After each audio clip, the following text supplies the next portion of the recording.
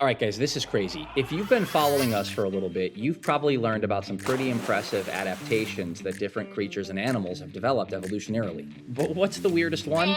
This is probably my vote. Let me explain. The weirdest adaptation belongs to a tiny little parasite called Toxoplasma gondii. Toxoplasma gondii can apparently only reproduce inside the gut of a cat. Now, on its own, that's already a little bit weird. But since cats inevitably kind of expel the contents of their gut, that's what they do, right? The Toxoplasma, they end up homeless. So they've got this problem. How do they reproduce if they're not inside the gut of the cat anymore? Well, see, eventually, the Toxoplasma ends up in the water supply, or maybe in food, or ends up somewhere else in the environment.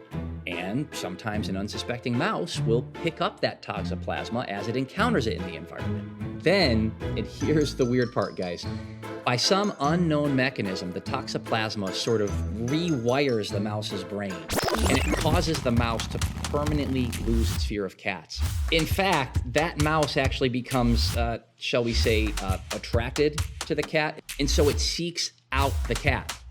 And what happens is, of course, the cat, it's hungry, it's gonna eat that mouse, and that means the mouse, and therefore the Toxoplasma, ends up back inside of the gut of the cat, which means it can reproduce inside the gut of the cat, and the cycle can begin all over again. So this weird little parasite rewires the mouse brain so that the mouse goes to the cat, so that it can get back inside the cat can eat it can poop it back out, and back through the cycle we go. So yeah, that's my vote for the weirdest adaptation that I'm aware of. That's Fun Fact Friday. We'll see you next week.